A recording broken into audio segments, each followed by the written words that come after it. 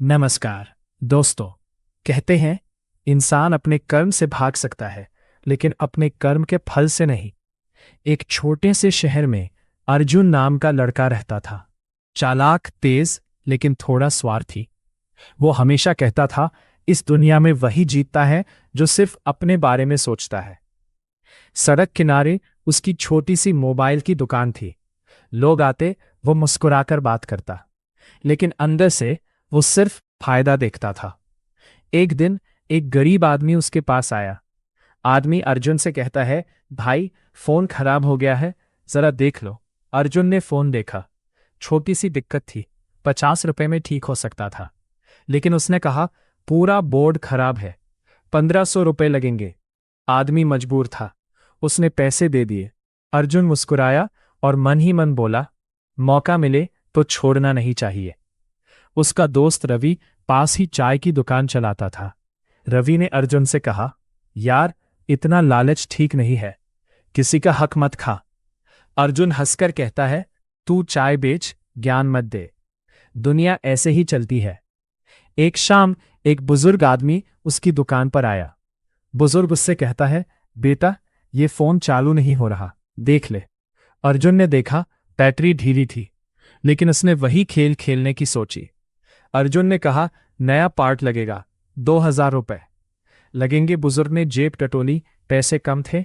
बुजुर्ग धीमे से बोला, बेटा मेरे पास अभी इतने नहीं है। अर्जुन ने बिना सोचे फोन वापस कर दिया और कहा, फिर जब पैसे हो तब आना। बुजुर्ग ने बस एक नजर उसे देखा और बिना कुछ कहे चले गए। समय बीता, अर्जुन की दुकान चल पड़ी। उसने बड़ा शोरूम खोल लिया। अब वो शहर का जाना माना दुकानदार बन चुका था।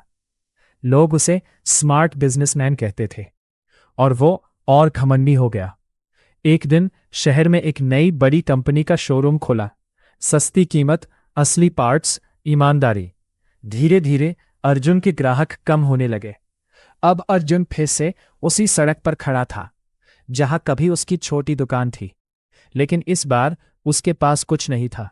वो लोगों को बुला रहा था। अर्जुन लोगों से कहता है, सस्ते में कर दूंगा, लेकिन कोई नहीं रुका। एक दिन वही बुजुर्ग आदमी उसके सामने खड़ा था। अर्जुन ने पहचान लिया। उसकी नजर झुक गई।